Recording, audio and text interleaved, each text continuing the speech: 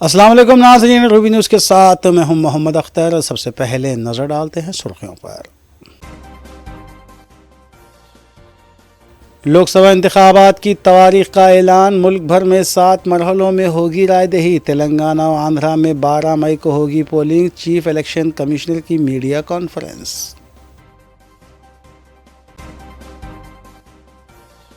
BRS-MLC के कविता की गिरफ्तारी। BRS और BJP का ड्रामा। वज़ीर आला रेवंत रेड्डी का बयान।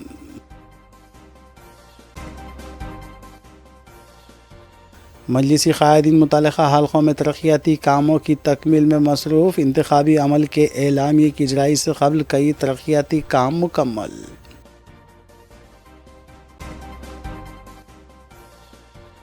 तेलंगाना की आवाम भी 400 पार के हक़ में। वज़ीर आज़म मोदी ने नागर कर्नूल में जलसे आम से किया खिताब।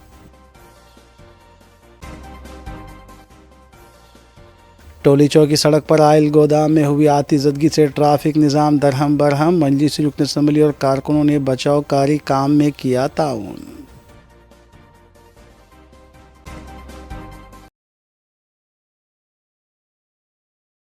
अब खबरें तफसील से। मरकज़ी इलेक्शन कमीशन ने मुल्क भर में लोकसभा इंतखाबात की पोलिंग का शेड्यूल जारी कर दिया है। Chief election commissioner Rajiv Kumar ने मीडिया को बताया कि पोलिंग का अमल 7 मरहलों में मुकम्मल किया जाएगा, जबकि 4 जून को रायशुमारी होगी। 19 अप्रैल से पोलिंग का आगाज़ होगा, जो कि अप्रैल 26 मई, 7 मई, 13, 20 और 25 मई के अलावा आखिरी मरहला 1 जून को होगा। उन्होंने बताया कि तेलंगाना और आंध्रा में 13 मई को पोलिंग होगी। वाज़ेह रहे कि आंध्र प्रदेश में लोकसभा इंतखाबात के साथ ही असम्बली इंतखाबात के लिए भी पोलिंग होगी। वो अपने साथ यूथ एक के साथ अपने 10 दोस्तों को भी लेके आएंगे और इस बार हम कन्विंस्ड हैं अपने डिफरेंट आउटरीच एक्टिविटीज़ की वजह से कि वो हमारे साथ ज़्यादा से ज़्यादा जुड़ेंगे। फ्रेंड्स, जब हम वोटर्स को अपने बूथ पे बुला रहे हैं तो हमारी ये भी ड्यूटी बनती है कि हम अपने बूथ को बहुत अच्छे से उनके लिए तैयार करके रखें।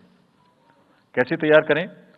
हर बूथ पे पीने का पानी होगा, टॉयलेट होगा, मेल एंड फीमेल अलग, साइनेज होगा, पर्सन्स विद डिसेबिलिटी के लिए रैंप होगा, एक व्हील चेयर होगी, हेल्प डेस्क होगी, वोटर फैसिलिटेशन सेंटर होगा और शेड भी होगा, सफिशिएंट लाइट भी होगी।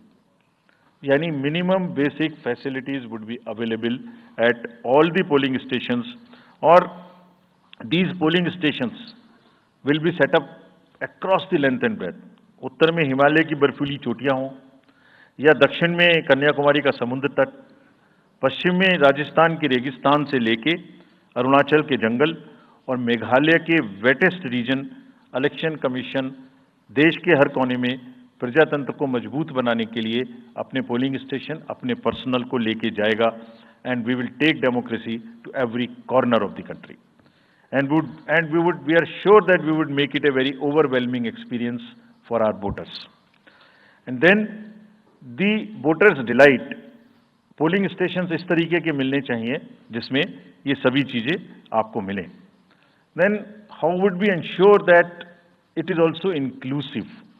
Inclusive in the sense 85 plus जितने वोटर्स हैं उनके हम घर जाके वोट लेने के लिए तैयार हैं। नॉमिनेशन से पहले सबके घर में हम फॉर्म 12D पहुंचाएंगे।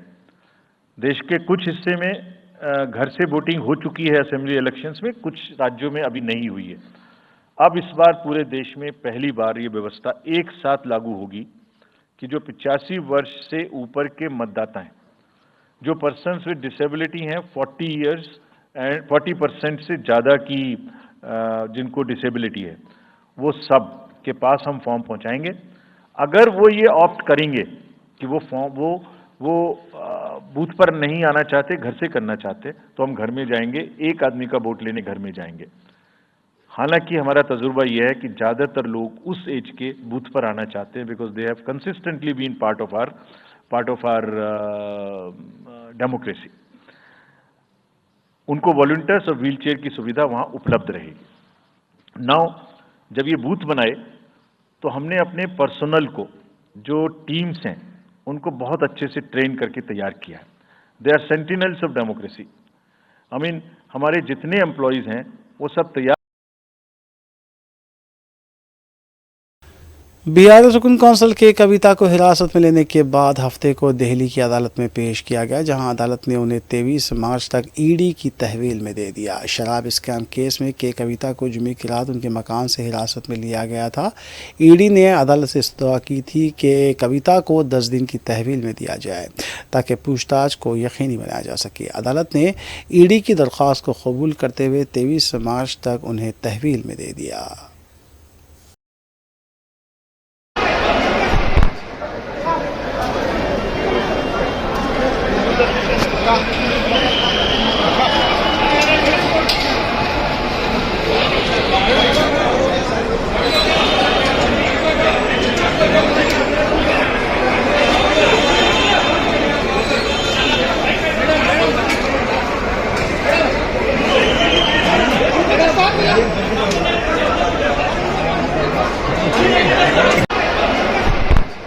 साइड आ गए।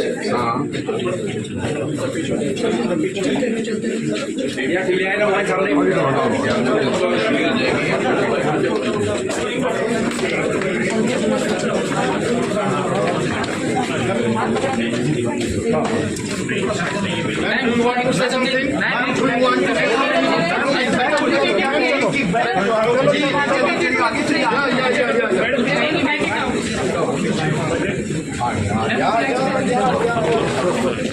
साइड आ गए। हाँ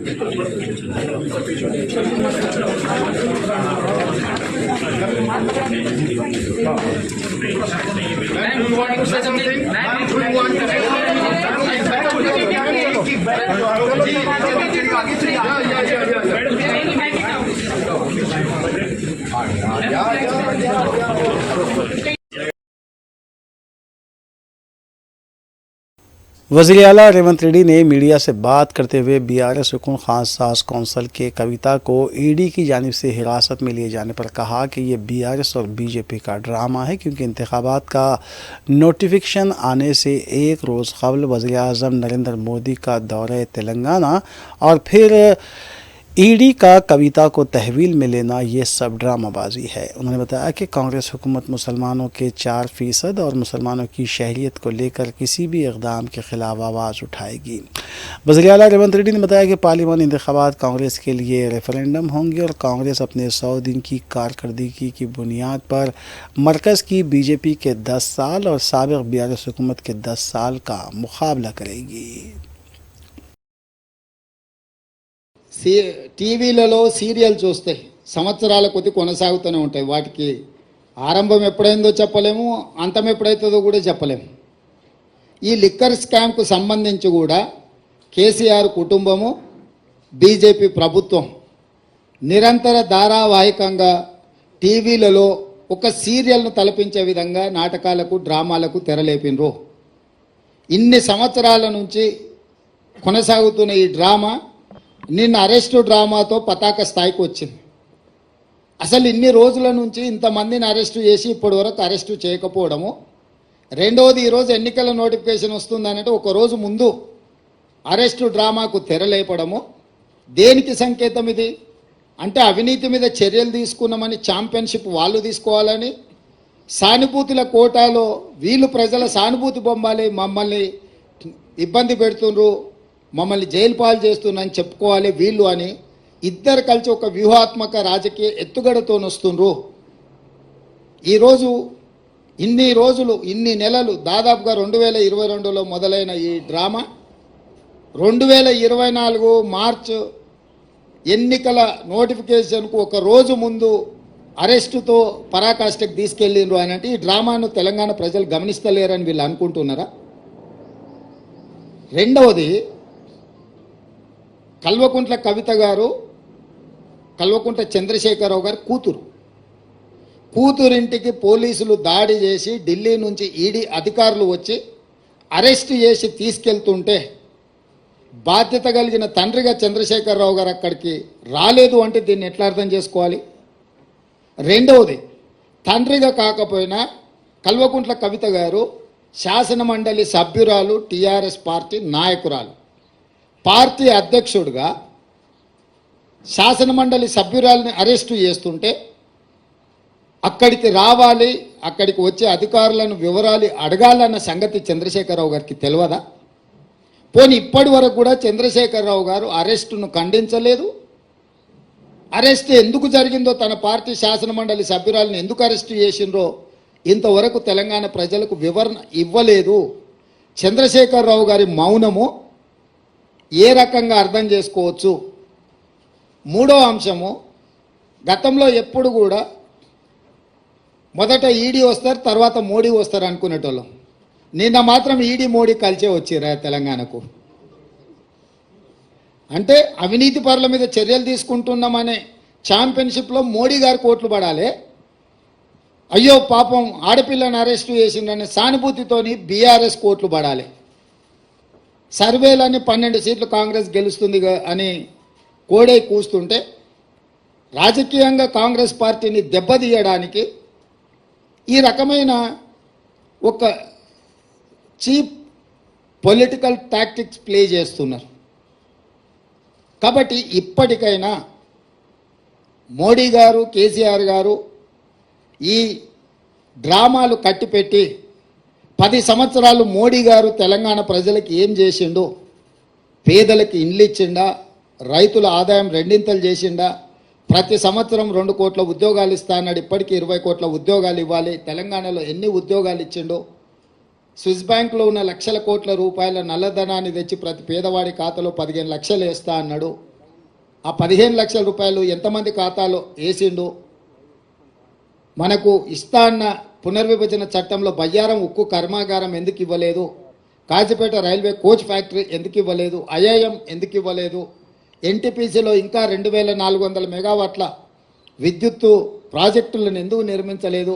గిరిజన యూనివర్సిటీ 9 సంవత్సరాలు ఆపేసి ఇప్పుడు ప్రారంభించడానికి కారణం ఏంది? మెట్రో విస్తరణకు అనుమతి ఎందుకు ఇవ్వలేదు? ఇట్లాంటి చాలా విషయాలలో బీజేపీకి సమాధానం చెప్పడానికి ఏమీ లేదు. కాబట్టి ఈరోజు ఈ అరెస్టులు, ఈ అవినీతికి వ్యతిరేకంగా మేము ఏదో చర్యలు తీసుకుంటున్నాం అన్నట్టుగా నాటకాలు ఆడుతున్నారు. ఈ నాటకాన్ని ప్రజలు గమనించాలి. మొన్న జరిగిన ఎన్నికల్లో మేము ఇచ్చిన మాట ప్రకారం ప్రజలకు बीआरएस रुकन खानसास कौंसिल के कविता को शराब स्कैम में ईडी की जानिब से हिरासत में लेने के खिलाफ बीआरएस कायदीन और कारकुनों ने रियासत भर में धरना मुनज़्ज़म करते हुए वज़ीर आज़म नरेंद्र मोदी के अलामती पुतले नजर आतिश किए और मोदी के खिलाफ नारेबाजी की।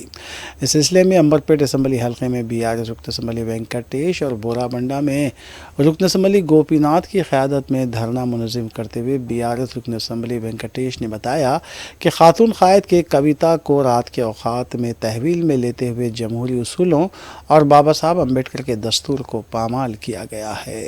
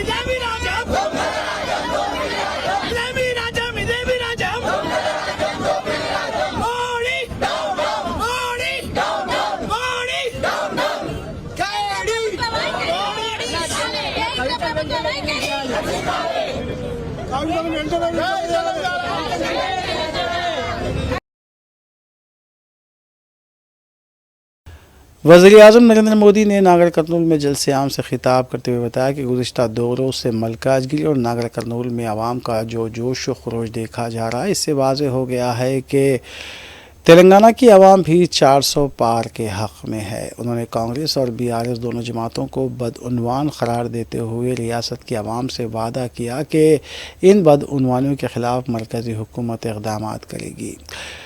वज़ीर-ए-आज़म नरेंद्र मोदी ने मरकज़ की जानिब से तेलंगाना में किए गए इक़दाम पर रोशनी डालते हुए बताया कि 1 करोड़ अफराद के लिए बैंक अकाउंट खोले गए और 80,000 गरीब अफराद को मुफ्त इलाज की सहूलत के अलावा 1 करोड़ 50 लाख अफराद को बीमा पॉलिसी दी गई। कांग्रेस और बीआरएस दोनों भूमाफिया को सपोर्ट करते हैं। वैसे बीआरएस तो राज्य से बाहर जाकर दूसरे कट्टर भ्रष्टाचारी दलों से भी पार्टनरशिप करके बैठी हुई है। उसका ये सच भी हर रोज सामने आ रहा है। कोई भ्रष्टाचारी बचेगा नहीं। मैं आज तेलंगाना के लोगों को ये वायदा कर रहा हूं, कोई भ्रष्टाचारी बचेगा नहीं। मुझे भ्रष्टाचार के खिलाफ इस लड़ाई में तेलंगाना का आशीर्वाद चाहिए, तेलंगाना के नौजवानों का आशीर्वाद चाहिए, तेलंगाना के मेहनतकश मजदूरों का आशीर्वाद चाहिए, तेलंगाना की मेरी माताओं बहनों का आशीर्वाद चाहिए। भाजपा का कमल खिलना चाहिए। और आपको एक बात और भी याद रखनी है, तेलंगाना के लोगों की बात सीधी मुझ तक दिल्ली में पहुंचे, इसके लिए मुझे यहां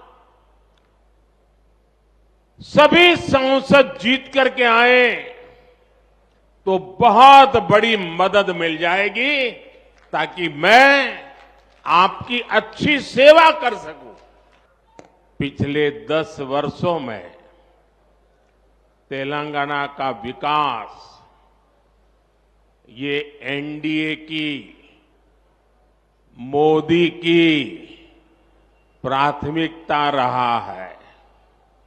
लेकिन इन 10 वर्षों में हमने ये भी देखा कि कैसे तेलंगाना चक्की के 2 पार्टों में पीसता रहा है। एक पार्ट कांग्रेस का और दूसरा पार्ट बीआरएस का। कांग्रेस और बीआरएस ने मिलकर तेलंगाना के विकास के हर सपने को चकनाचूर कर दिया है। सदर रियासती बीजेपी और मरकजी वजीर किशन रेड्डी ने नागर कर्नूल के जलसे आम से खिताब करते हुए बीआरएस हुकूमत के 10 साला दौर इक़्तिदार को बदउनवान करार दिया। उन्होंने बताया कि चाहे शराब स्कैम हो या कालेश्वरम आबपाशी प्रोजेक्ट या फिर अराजियात पे कब्जे का मामला, इन तमाम में केसीआर ख़ानदान मुलविस है। उन्होंने कांग्रेस पर भी तनकीद करते हुए बताया कि कांग्रेस ने 5 जमानतों पर अमलावरी के जो दावे किए हैं वो खोखले हैं, क्योंकि ये सिर्फ ऐलानात की हद तक ही महदूद है। इस पर अमल का मामला सिफर है। కాంగ్రెస్ పార్టీ బీఆర్ఎస్ పార్టీ వ్యవహరిస్తా ఉంది. పెంక మీదపై పొయ్యిలో పడ్డట్టు ఈరోజు మనము ఈ అవినీతి బీఆర్ఎస్ పార్టీ పోవాలనుకుంటే, మరి దొంగలు పోవాలనుకుంటే గజ దొంగలు ఈరోజు మన రాష్ట్రంలో అధికారంలోకి వచ్చారు. కాంగ్రెస్ పార్టీ హయాంలో దోపిడీ జరగనటువంటి సంఘటన లేదు. లక్షల కోట్ల రూపాయలు కాంగ్రెస్ పార్టీ దోపిడీ చేయడం జరిగింది. అందుకే మీ అందరిని కోరుతా ఉన్నాను, ఈ రాష్ట్రంలో నిజమైన మార్పు రావాలంటే నరేంద్ర మోడీ గారి నాయకత్వంలో తెలంగాణలో 17కు 17 సీట్లు తెలంగాణ ప్రజలు గెలిపించాల్సిందిగా కోరుతున్నాను. నేను ఈ సందర్భంగా మనవి చేస్తా ఉన్నాను, ఖచ్చితంగా తెలంగాణలో నిజమైనటువంటి ప్రజాపాలన తీసుకొస్తాము. నిజమైనటువంటి మార్పు తీసుకొస్తాము. తెలంగాణ అభివృద్ధి కోసం చిత్తశుద్ధితో నరేంద్ర మోడీ గారి నాయకత్వంలో మేము కృషి చేస్తాము. కాబట్టి తెలంగాణ విద్యావంతులారా, తెలంగాణ మేధావులారా, తెలంగాణ కవులారా, తెలంగాణ రైతులారా ఆలోచించి ఆశీర్వదించాల్సిన కోరుతా ఉన్నాను. ఈరోజు తెలంగాణ ప్రశ్నిస్తున్నది తెలంగాణ యువత. ఎక్కడ పోయింది నిరుద్యోగ వృత్తి అని అడుగుతా ఉన్నాను. ప్రశ్నిస్తున్నది తెలంగాణ రైతులు. ఎక్కడ పోయింది రైతు బంధు? ఎక్కడ పోయింది రైతు రుణమాఫీ? ప్రశ్నిస్తున్నది మహిళ. ప్రశ్నిస్తున్నది తెలంగాణ మహిళ. ఎక్కడ పోయింది మహిళలకు 2500? ఈరోజు ఎక్కడ? ఈరోజు 6 గ్యారెంటీలు ఎక్కడ పోయాయి?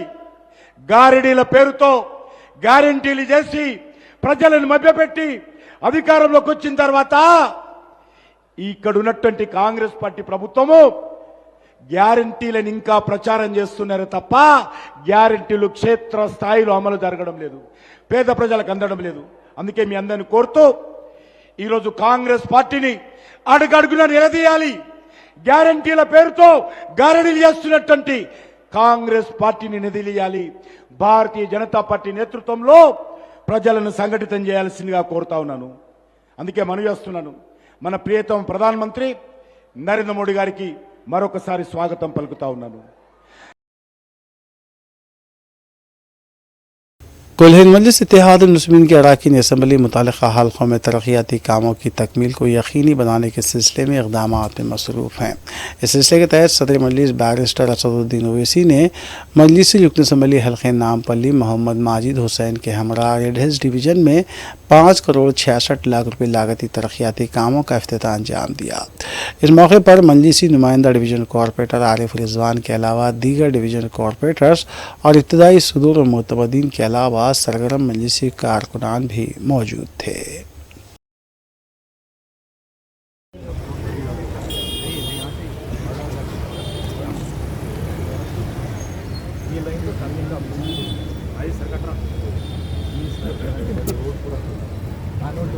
रमज़ान से क्या करने का नहीं कार्य, आप रमज़ान से काम ही नहीं हमारे नए कुछ भी हमारा रमज़ान में मतलब नहीं हमारे क्या करने का नहीं हो जाए तो साहब आज जगह कल डिस्टर्ब हो गया था। रमज़ान से क्या करने का सेल थोड़ा कुछ रुक नहीं है, डोंट आगे सबसे ज्वाइन हो आप लोग, हमारा मतलब ही नहीं है। रमज़ान रुक रहा नहीं, रोज़ा नहीं रुक रहा, कुछ भी खत्म हो जाए। अब क्या होगा फिर मानसून शुरू होता हाँ, आपकी 2 महीने से काम करने को, फिर मानसून शुरू हुआ तो फिर हमको बारिश हो रही बोलते गले में गिर के मर रहे। करो साहब, मेरे ख्याल से कर लेना अच्छा। Doctor Mohammad Khwaja Makhdoom Mohiuddin assistant professor शोबे Urdu doctor BR Ambedkar open university को इंचार्ज सदर शोबे उर्दू मुक़र्रर किया गया है। वाइस चांसलर यूनिवर्सिटी की जानिब से इस सिलसिले में मंजूरी हासिल होने के बाद रजिस्ट्रार यूनिवर्सिटी ने इस सिलसिले में एलामिया जारी किया। डॉक्टर मोहम्मद ख्वाजा मखदूम मोहिउद्दीन इस शोबे के मेंबर बोर्ड ऑफ स्टडीज़ हैं और कॉन्ट्रैक्ट की असास पर यूनिवर्सिटी में खिदमत अंजाम दे रहे हैं। उन्होंने जामिया उस्मानिया से अपनी PhD की तकमील की है और UG व PG की 18 निसाबी किताबों के कोऑर्डिनेटर भी रहे हैं।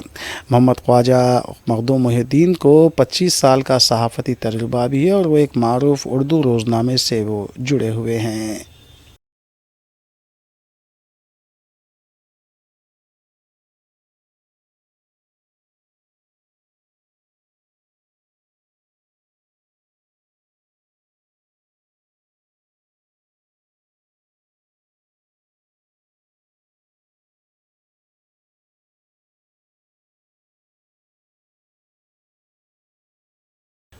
तेलंगाना के वज़ीर आला रेवंत रेड्डी ने एक बार फिर कहा है कि अगर हमने ठान ली तो BRS पार्टी में 3-4 अफराद के सिवा कोई नहीं रहेगा। मीडिया से बात करते हुए रेवंत रेड्डी ने कहा कि BRS के MLAs ये कहते हैं कि आप जब बुलाएंगे हम आ जाएंगे।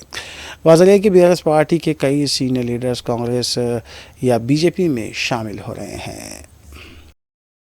మేము నిర్ణయించుకుంటే ఇక ఆ ముగ్గురో నలుగురో తప్ప 5వ మనిషి వాళ్ళకి మిగిలడు. ఎప్పుడు చెప్తే అప్పుడు వచ్చి మీకు అండగా నిలబడతాను సార్, మీ పక్కన నిలబడతావు, నువ్వు ఎట్లా చెప్తే అట్లా అని ఎమ్మెల్యేలు నాకు చెప్తున్నారు కదా.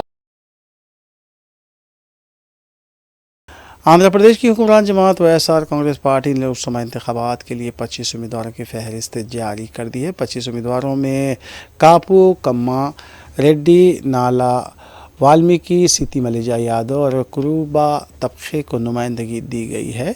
एक भी मुस्लिम उम्मीदवार को टिकट नहीं दिया गया है।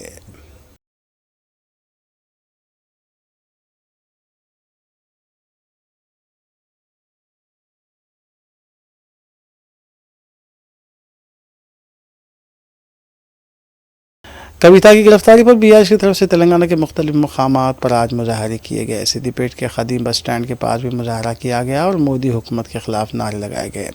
बाद में पुलिस ने मुजाहरीन को गिरफ्तार कर लिया।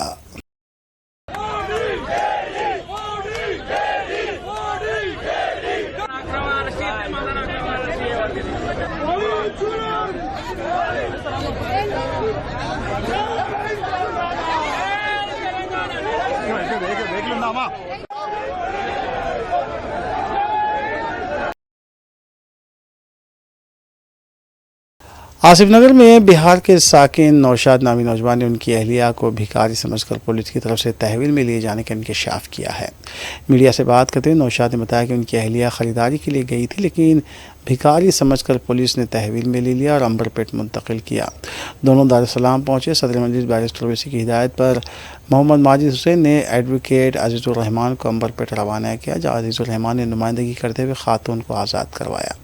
नौशाद ने सदर मजलिस बैरिस्टर ओवैसी से इजहार तशक्कुर किया। अस्सलामुअलैकुम, मैं मोहम्मद नौशाद बोल रहा हूँ बिहार से। बिहार में मेहदीपट्टनम में रहता हूँ। मैं हैदराबाद में मेहदीपट्टनम में जागने वाला रात को दिन मैं अपना बेगम को 2000 रुपया दिया था, तो उन्हें ये समझ के उन्हें गए तो कपड़ा खरीदने के वास्ते, बच्चा को कपड़ा खरीदने के वास्ते गए तो कोई साहब उनको मिल गया तो कोई मदद कर दिए गरीब समझ को। तो पुलिस वाला सोचा कि मांगने वाला है, कि उन्हें मांगने वाला समझ को गाड़ी में बैठा के अंबरपेट ले जाके हॉस्टल में बंद कर दिए। बंद करने के बाद दारुसलाम गए, अजय साहब से माजिद भाई से मिले तो वो लोग वकील साहब से बोले कि जाके वहाँ पे वो लोग के छुड़ा दिए। आज हमको 22 तारीख को पकड़े थे, आज छुड़ा दिए। उन लोग के बहुत बहुत शुक्रिया। मेरा बच्चा और मेरा बेगम आज मेरे साथ में है, उन लोग के बहुत बहुत शुक्रिया। उन लोग के जान सही सलामत, अल्लाह रसूल उनको जान सही सलामत रखे, उनको कारोबार में बरकत दे। टोली चौकी यूसुफ टेकरी के पास गुज़िश्ता रात भयानक आग लगने का वाक़या पेश आया। ज़राए के मुताबिक यूसुफ टेकरी में वाक़ एक ऑयल गोदाम में जुमे की रात तकरीबन 8:30 बजे अचानक आग भड़क उठी। आग इस कदर ज़्यादा थी कि इलाके में धुएं के बादल छा गए। इतला मिलते ही मुतल्लिक़ा रुकन असम्बली कौसर मुहिउद्दीन मुकाम वाक़े पर पहुँच गए और फायर इंजन को तलब करते हुए आग पर काबू पाया गया। मालूम हुआ है कि 10 से ज़ायद फायर इंजन आग बुझाने का काम कर रहे थे। हादसे में किसी भी तरह का कोई जानी नुकसान नहीं हुआ, अलबत्ता बड़े पैमाने पर माली नुकसान का अंदाज़ा लगाया गया है। నైట్లో 8:30కి నాకు ఫోన్ రావడం జరిగింది. టోలీ చౌకి యూసుఫ్ టేకరీలో పెట్రోల్ బంప్ బ్యాక్ సైడ్లో ఒక ఆయిల్ గోడౌన్ ఉంది. అక్కడ షార్ట్ సర్క్యూట్తోని పెద్ద ప్రమాదం జరిగింది. కానీ ఇప్పటి వరకు నాకు తెలిసిన మటుగానే 8:30 నుంచి నేను ఇక్కడికి స్పాట్కు రావడం జరిగింది. వచ్చిన తర్వాత కలెక్టర్ హైదరాబాద్తో మాట్లాడాను, ఎండి వాటర్ వర్క్స్తో మాట్లాడాను, జోనల్ కమిషనర్ గారితో మాట్లాడాను, కమిషనర్ జిహెచ్ఎంసీతో మాట్లాడాను. అందరూ ఇక్కడికి స్పాట్ మీదకి వాళ్ళ సబార్డినేట్ని పంపారు. కానీ ఇప్పుడు ప్రస్తుతము 8-10 బండ్లు ఫైర్ బండ్లు వచ్చాయి. ఇప్పుడు వాళ్ళ దగ్గర నీళ్లు దగ్గర సుమారు నీళ్ళు అయిపోవడం జరిగింది. దాని తర్వాత నేను रमज़ान मुबारक के आगाज़ के साथ ही कई हलक़ों में इफ्तार पार्टियों का भी जोश व खरोश के साथ अहतमाम किया जा रहा है। मजलिस क़ायदीन मुसलसिल मज़कूरा इफ्तार पार्टियों में मेहमानान ख़ुसूसी की हैसियत से शिरकत कर रहे हैं। इस सिलसिले के तहत क़ायद मुखन्ना मजलिस अकबरुद्दीन ओवैसी भी दावत इफ्तार में शिरकत कर रहे हैं। 5 रमज़ान मुबारक को भी अकबरुद्दीन ओवैसी मजलिस क़ायदीन जानिब से मुनक़्क़िद की गई दावत इफ्तार में मेहमान ख़ुसूसी की हैसियत से शिरकत की।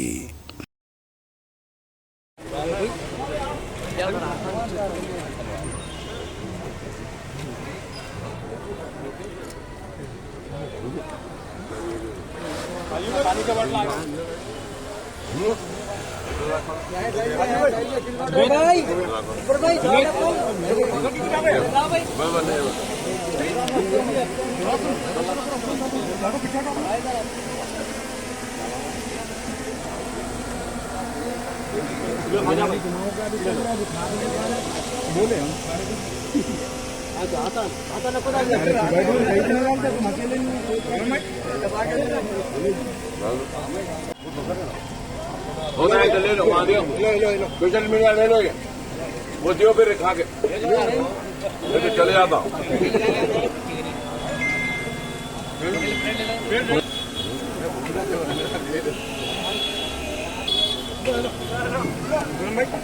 एक फोटो लेंगे, सही फोटो नहीं आ रही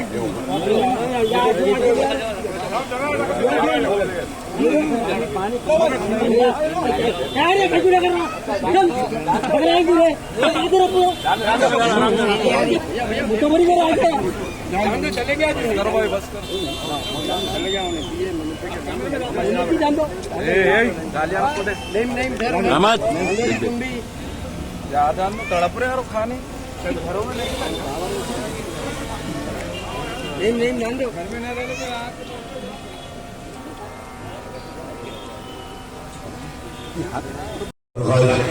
अब्दुल रफीक अवैसी साहब का हजरत नबी अब्दुल्ला बावलो कादर बामाना और सभी नौजवानों की जानिब से आपका शुक्रिया अदा करता हूँ। साथ ही साथ हमारे लिए गुरजे खादरी साहब और हमारे मोहम्मद कौर साहब, सैयद सुहेल खादरी साहब, मोहम्मद मुस्तफा अली मुजफ्फर साहब और मोहसिन दलाला साहब और जनाब मोहम्मद मुकरम साहब। South west task force team की जानिब से और सुल्तान बाजार पुलिस के इश्तराक से मौजूद जाही मार्केट पर वाक़ 2 फ्रूट शॉप्स पर धावा किया गया और मसनवी तरीक़ेकार पर आम पकाने का एक रैकेट बेनकाब किया। इस सिलसिले में 2 अफराद को भी हिरासत में लिया गया और उनके कब्जे से तकरीबन 3 लाख रुपये मालियती आम भी जब्त किए गए।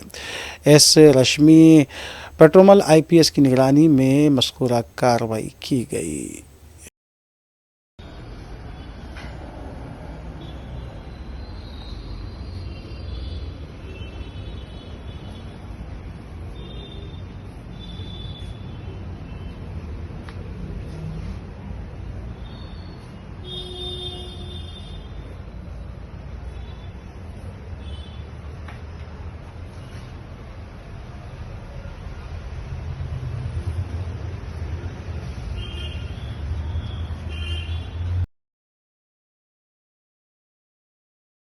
आखिर में सुर्खियां एक बार फिर।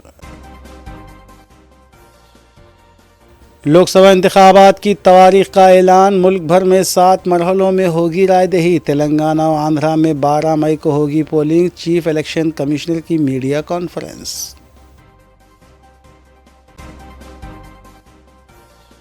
BRS-MLC के कविता की गिरफ्तारी, BRS और BJP का ड्रामा, वज़ीर आला रेवंत रेड्डी का बयान।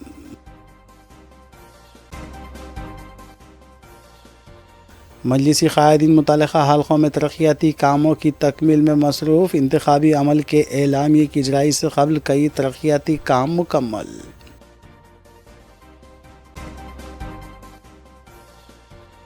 तेलंगाना की आवाम भी 400 पार के हक़ में। वज़ीर आज़म मोदी ने नागर कर्नूल में जलसे आम से किया खिताब।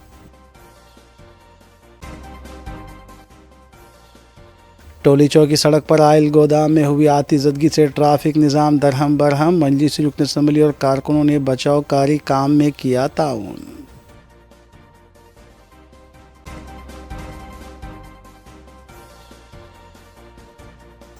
नाज़रीन, रूबी न्यूज़ की फ़ीडबैक के लिए स्क्रीन पर दिए गए नंबर पर आप कॉल कर सकते हैं या ईमेल के ज़रिए हमें पैगाम भी भेज सकते हैं। इसी के साथ रूबी न्यूज़ यहीं इख्तिताम पज़ीर होती है। रूबी न्यूज़ की सारी टीम को दीजिए इजाज़त।